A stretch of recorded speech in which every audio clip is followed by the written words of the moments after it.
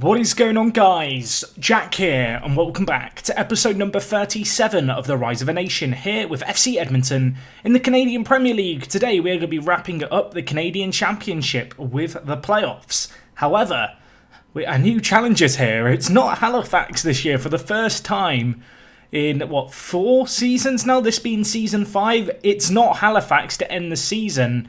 You might be wondering, who is it? It is Forge FC. So yes, we're going to do the first and second legs of our game against them today. We've then got Real España. It's probably España. We're going to be taking on them. They're a Honduran team, I want to say. Yeah, they are. They're a Honduran team. They have an okay squad, but we probably should be beating them quite convincingly. Benavidez is their best player. He's not a bad little player, but when you compare him to our players, I feel like we are in a slightly different league. So anyway, that's what we've got coming up today and, next episode as well. You can see how we ended the season here. We won the North American League semi-final very, very convincingly. And we've kept a lot of clean sheets in October, but the only team to score against us in the Canadian Premier League was Forge. You can see we did beat them 4-2. Steve St. Duck with the hat-trick. It was nice to see him get on the score sheet, to be fair. Of course, training him to play right winger. But yeah, he did a good little job for us. So of course we have got the Canadian Championship. It is a two-legged affair today. Just to look at the overall table, you can see we finished top on 66 points. Forge FC were the only other team in the division to have a positive goal difference. They, however, lost 9 games in 28, so they were definitely anything but unbeatable.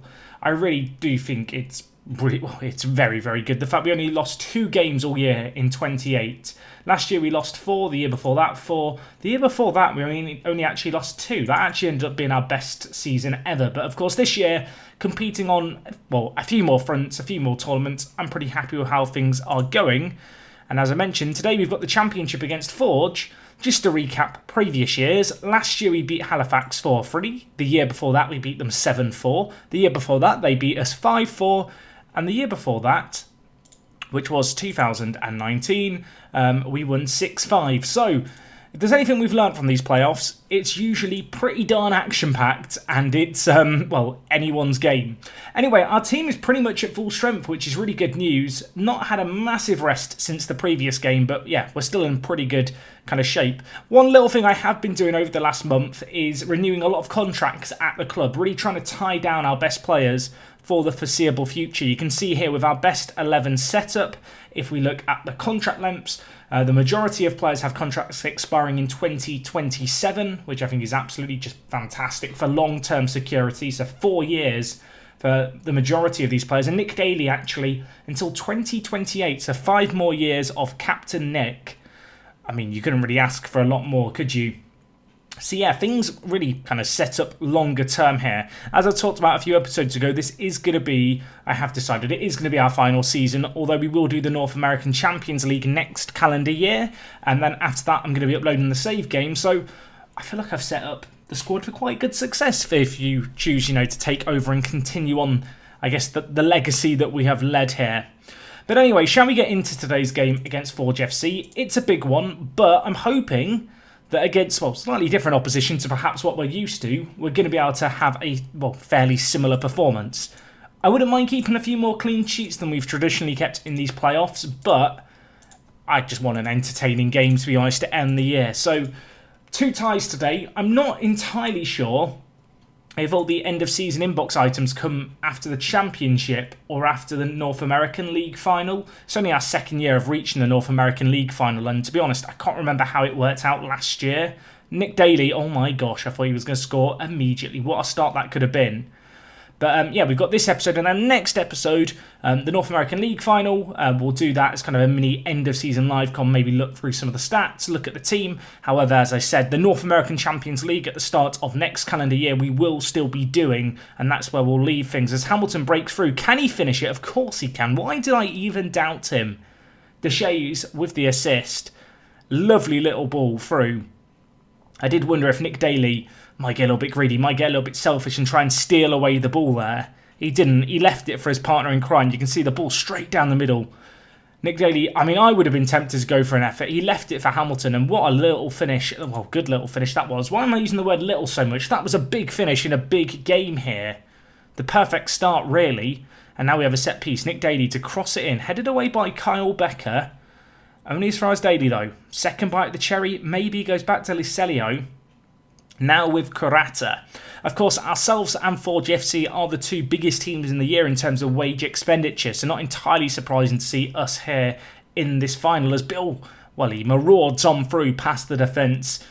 Carved them open. I was hoping he'd hit the target at the very least. Unfortunately, that effort fizzled wide of the post. But yeah, we look very good in this game. We are bossing possession, although they are on the attack here. And Henson, the young Dutchman, could be a thorn in our side. He's a player who, well, he has done pretty well against us in the past. He's looked like one of the key players in their team. And when he's in the kind of media best 11 for the league, I guess it's to be expected. Worth noting, Lamotte, our former man, he did join them halfway through this year on a free transfer. Didn't really talk about it, but yeah, a player who was key for us in year one is playing against us here. And well, Forge, they've heard what this championship playoff is meant to be like. They've heard that it's meant to have 10 goals across 2 legs. They want to chip in with a contribution.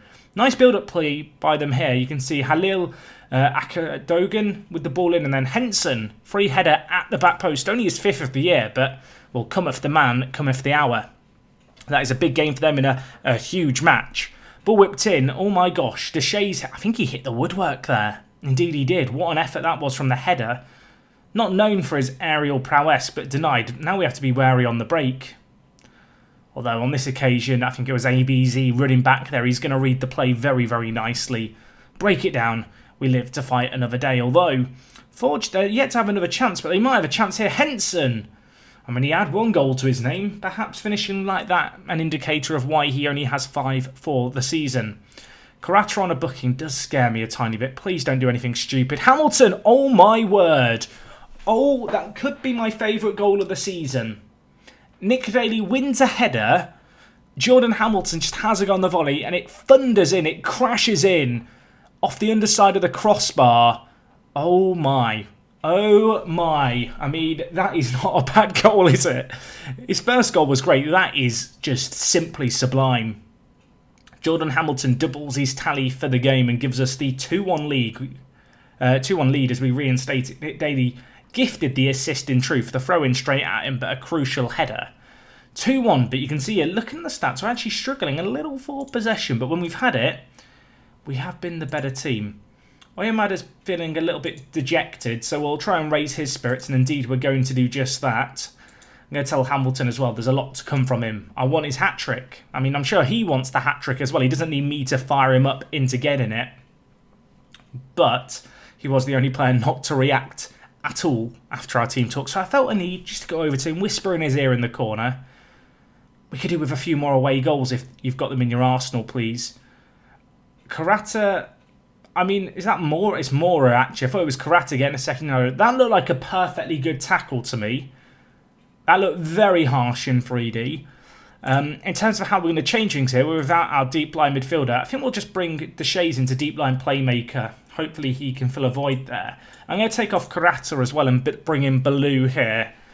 Just because I don't like Kurata being on a booking. And with us already being 1 man down, probably don't want to go another man down in truth. But I don't want to change things too drastically here. I'm hoping that despite them having attacking centre mid in Lamotte, who, just as a reminder, here is Lamotte. He's an okay little player, but not good enough for us. But even with them having a centre attacking midfielder, I'm hoping that Deshays and Mossavat between them can kind of keep him out the game. And we'll do that job between them, especially with Deshays playing a deeper role here. Anyway, 10 minutes left. We've still got a few subs that we could make. Nick Daly's not the craziest of games. I'll tell you what, to end things off, we'll bring in the Duck as an advance forward. And also, I'm going to take off Mossavat, and I'm going to bring in Acevedo, I think. Did weigh up the possibility of bringing in Alex Marshall, but I feel like Acevedo, he's just a little more versatile as a central midfielder, a little bit better defensively. It's probably in our interest. Anyway, what can we do here? Acevedo, now with Deshays. Baloo, now with it. I'm not sure why Baloo was taking the throw-in. I'm going to check that in a second. Jordan Hamilton, Fred through, though. The Duck is there. He doesn't need the Duck, does he? He doesn't. He's a swan, is Hamilton. What a finish that is. That is his hat-trick in the championship final. Not a bad time to decide to add to your tally. It's his 21st of the season.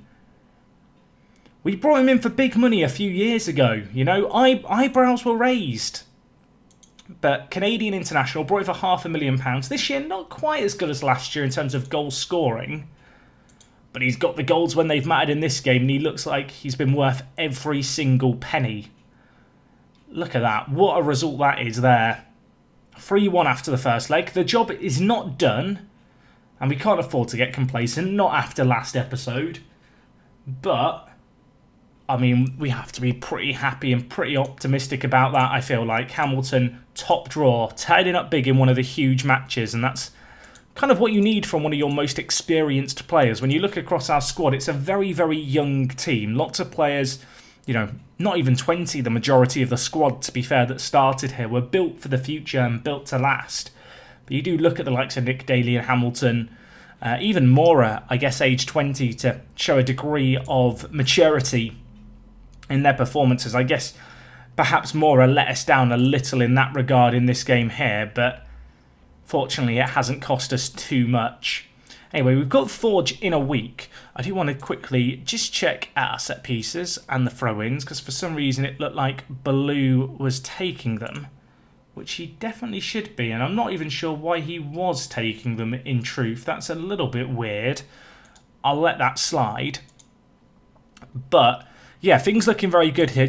I mentioned the wages. I do think it's worth just mentioning, you know, obviously ourselves and Forge are, well, you can see here the two teams who have the most possession of the ball, but what I wanted to look at was the net transfer spend, which you can see for Forge sits at £1.4 million for the year. The salary per year, we do exceed them in, but obviously we have a fair few players out on loan. Where did Forge spend their money this year? You can see they actually loaned Tyler Attardo off us for a pretty handsome sum of money for a player who's not played a great deal. They've given us £1.2 million roughly for him. One player actually who I never mentioned I sold is Solomon here. I didn't notice him playing against us, but he might well have been. In fact, he's out with a concussion, so maybe he didn't. But we sold him during the summer. I think I totally forgot to mention that. We demoted him down to the reserve team, Solomon. He never really played for us, but due to the foreign player limits, I couldn't get him in the team. So we let him go. But yeah, we've moved him on to Forge, and well, he hasn't come back to bite us just yet. I think with Mora out, Acevedo is the man to bring in there. And to be fair, despite that one suspension, we still look pretty good, I feel like, going into the second leg. Anyway, it's in a week's time. We're going to skip forward to it. We're going to be at home for it. Let's get things wrapped up. Let's win the Canadian Premier League. And, well, folks, don't go anywhere. Okay, guys, so we're back here for the second leg. One thing that I totally forgot to mention, and you might have noticed it on the home screen, is the fact that actually, less than a week ago, our general manager, Jay Ball, who actually joined the club only 3 or 4 years ago, we've already had one takeover during our time here, but he basically was talking about the fact that he might sell the club. Usually with football managers, some of the takeovers take months. I'm sure you've had those crazy transfer embargoes. We had a takeover approach one day later on the 29th of October, and you can see here, just 5 days later, Jason Bertie, who's bought the club, was just like, yeah, we're done. We own the club now. So, I mean, I kind of want to thank him because he's just got it done quickly. It doesn't seem like he wants to get rid of us either. And he's happy. You can see we've become a public limited company now for the club, which I'm not really sure exactly what that's going to mean for us. The big exciting thing for me, in truth, is the fact that all that money that we have been saving during the last couple of years is still here, and is still hopefully going to be able to go on, well, the facilities and such. One thing I didn't talk about is the fact we did have a youth intake. Here is the players that we got in the youth intake that we've not signed on. I think we signed in Proudfoot. Looks like he might have some potential. And the other player was Dominic Marin, or Martin even. But besides these two guys, it wasn't really an intake to remember. Yeah, lots of these players will be leaving on freeze at the end of their contracts. But yeah, interesting that a takeover just happened so quickly. If we just look actually at landmarks for the club, you can see here the takeover happened pretty quickly after Jay Ball took over. In truth, you can see he took over in December 2020, so he didn't even last 3 years at the club.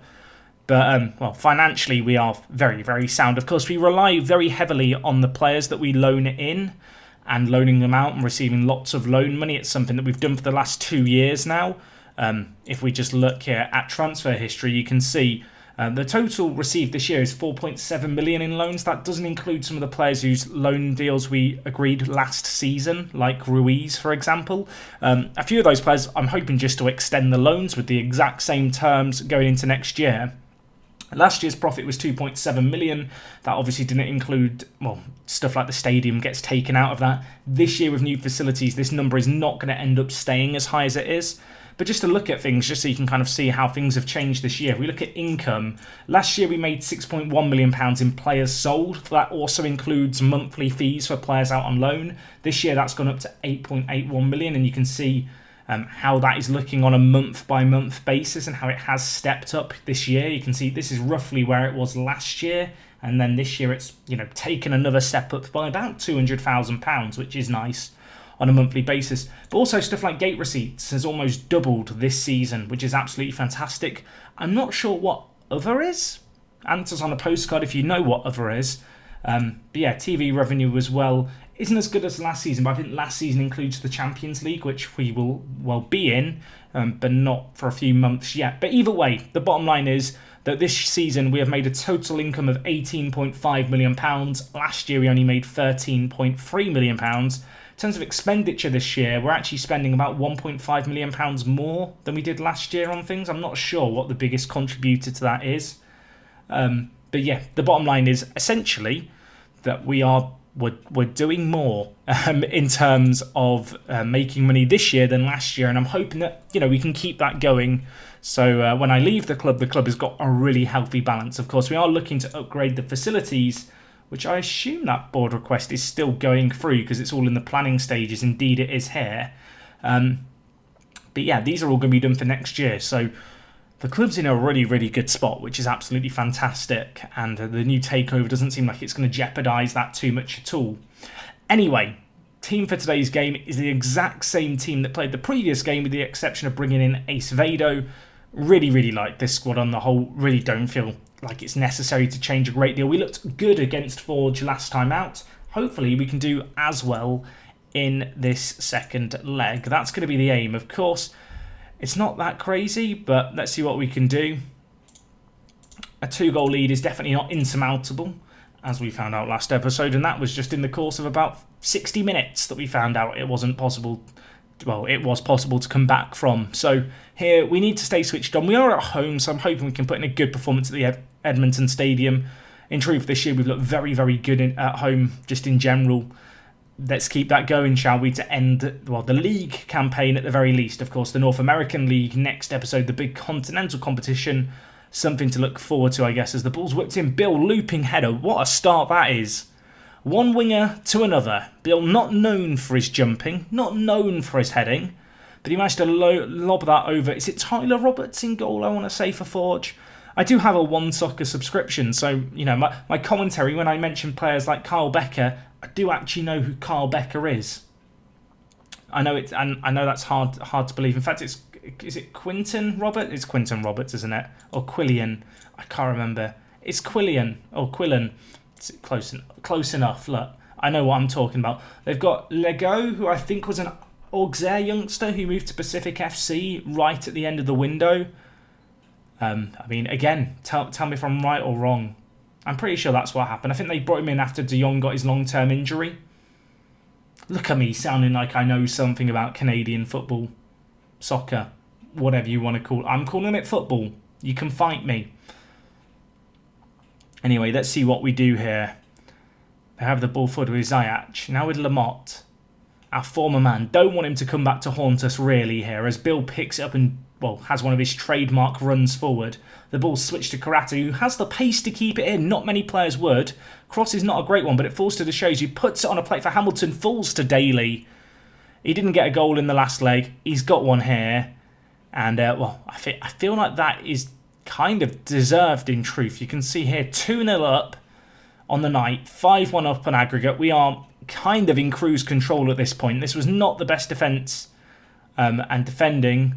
Fell to Daly on the volley past Roberts. Nice little finish there. And start celebrating, folks. Get the party poppers out. We can enjoy the rest of this game, I feel like, here. For Forge to have any chance in this game, they have to score 4 goals. It's not like that could happen, is it? I mean, don't do this, Jack. Stop tempting fate. Commentator's curse. It's not real. It can't hurt me. Mossavat with it. Gives it to Nick Daly. Now with Deshays. I know it happened against Montreal Impact. I can't help but feel like Forge FC aren't quite on the same level as them. Deshays. Ace Vado. Now with Mossavat. Forward to Nick Daly, who turns his man. It's booted clear.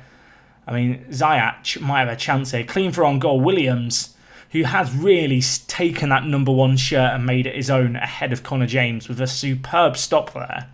Both Connor James and Williams have signed new contracts at the club. Connor James actually really happy just to be a backup player, which I rate in a player. Someone who's been around a while, been a big project, part of our project here at Edmonton, and he doesn't want to move away from FC Edmonton, which I can only really respect. Ace Vado's picked up a booking, which, given the fact Mora got sent off in the exact same position just last game, does scare me a little bit. Could possibly look to take him off at half-time just to play things safe. I think any booking now would be, any sending off now would be a suspension for the next season. Henson has got a goal for them. Surely it's just a consolation. They can't come back here, can they? They have had more clear-cut chances than us. Lamotte's involved in the build-up play. Who is that out on the left? Is that... it's got to be Bill. Indeed it is. Mr. Adam Bill. He's just a little bit lazy sometimes defensively. I can't really knock him too hard for that. But the goal scorer was a little lacking in the defensive department right there. Karata and Ace Vader on bookings. I might just take them both off just to play it safe. 2-1. I'm going to tell the players I'm not happy with the performance out there. They look fired up, as they should. Let's bring in Baloo. And you know what? I'm going to bring in Alex Marshall. And we'll play Mossavat completely out of position. In fact, we'll just do this. This makes way more sense. We'll bring in Mossavat. He can play centre mid on defend. And then I'm going to, screw it. Alex Marshall, do your thing, my friend. You've been a key part of the team for a number of years. This year you have found yourself out of contention in the first team. But you are a part of Edmonton history. You are adored by the fans. And you definitely deserve to play a bit of football. Show us what you can do here. Unfortunately, he's just one of those players who, in the last year or two, has just kind of phased out the team a little bit. But he's a Canadian citizen. He's been here a long time, a loyal servant. And he can have a quite profound impact on games. And maybe he'll do that here in the second half. Bill with a sexy little turn there. Now with, the man of the moment, the number 98. He gives it to Bill. Forward to Hamilton. Now with Daly. Slots it away. 29th of the year for him. He'll be looking for 30 in the couple of games that remain of this season. Maybe even looking to get it here. And it's, 3-1 on the night, the exact same score that the first leg ended with. Forge have a slight mountain to climb at this point. Hamilton and Nick Daly just doing their thing that they do. They just kind of link up. I don't often play with kind of two strikers in Football Manager, especially this year. So it's nice just to have a strike partnership that just works. Obviously, modern football, the idea of strike partnerships is a little bit of a relic at this point. There's not as many strike partnerships as there once was in modern football. I feel like they're just a bit of a throwback, aren't they? Two very complementary players, two very physical players, in truth. Both capable of winning the ball in the air. Good with the ball at their feet, both of them as well. And really capable of just linking up great, which we've seen on numerous occasions through the years. Anyway, Blue in. Nick Daly, headed, hits the woodwork, falls to Hamilton. He'll take it. Goal number 22 for him. I've lost track of who scored the goals here, but with 20 minutes left, we are 7-2 up on aggregate. We're looking like we're going to have another Canadian Championship Classic of reaching 10 goals across the two legs. It's a common trend with this competition. The knockouts, they just seem to bring out the craziness. There could be another goal here as well. Lucello to Daly, kind of dropping quite deep there to get the ball. Now with Baloo, what can he do? I don't know, do you? I'm just doing rhymes for the sake of it. Marshall hits it, oh my gosh. I rate that effort from Alex Marshall. Unfortunately, the woodwork has denied him there. Henson perhaps showing a degree of frustration. I'm going to go attacking here. I want Nick Daly to get the hat-trick if he can. Got lots of men back to defend here as they have the ball at the edge of the box. Carl Becker hits it. I mean, that's not a bad little goal. It's not as good as Hamilton's in the first leg, but fair play to him. Here in his, 5th season with Forge FC in game. One of the big stars of their team, the number 10. Hits it first time. Nice little hit. Kevin Williams ain't getting to that. He's not exactly known for his aerial reach, to be fair to him. Anyway, we've got one last sub. I know Hamilton's had a good little game. He's not on for the hat-trick like Daly is. We're going to take him off, and we're going to bring in the Duck. And see how he can do just to end out the game. It's the number 9 and the number 10, the original strike partnership before a love triangle was formed with Hamilton joining us and the Duck kind of finding himself on the fringes. Unfortunately, he's not going to have an impact on this game. Good news. We're going to win very, very handsomely here. It finishes 7-3 on aggregate. Nick Daly picks up the Man of the Match award. We were the better team. I feel like it showed in the end across the 2 legs. We just showed our superiority. We retained the Canadian Premier League. It's the 4th time we've won it in 5 years. That year 2 complete bottling is always going to haunt me. You can see here Ruiz. How has Ruiz done on loan the last 2 years? Not that great. Considering they paid £7 million for him. I mean, do you want to loan him again for another year? He can go to you for another year if they want him. He did renew his contract with us recently, so I'm hoping that we can just constantly loan him back to various clubs in Mexico. Although, he could probably come to us and just tear things apart. If we just compare him to Tabler here, who is our starting, probably our best right back, even ahead of Kurata. Don't let Kurata know I said that. But you can see here just how good Ruiz is. But ultimately, he's made us £7 million over the last 2 years. That is the difference between upgrading our facilities and our youth recruitment and everything else, and not being able to do it. You can see here we're given 240k for winning the Canadian Premier League, which is absolutely fantastic. And, we don't have much of a recovery time here, because unfortunately for us, we've now got to take on Real España, the Honduran side, in 3 days' time, which will be next episode. And we're also going to be, without Adam Bill. So with that emerging as a bit of a situation to overcome, I think Lovitz is really only our viable option there out on the left-hand side, because Elson Leon is obviously suspended. I guess the good news is that Carlos Mora will be fit to come in for Ace Vado. But little bit of a test of fitness perhaps here, because these games are coming up thick and fast. We've got Real España on the 8th and the 11th next time out. We should be beating them quite convincingly. Whether or not we can actually do that, you guys will find out next time. If you have enjoyed today's episode, guys, do drop a like on it. It is massively appreciated as always. Hopefully I'll see you guys to round off the season. We'll take a look through the squad, all that good stuff. I'll see you then. It is me, Jack, and I'll talk to you guys in a bit. I'm out.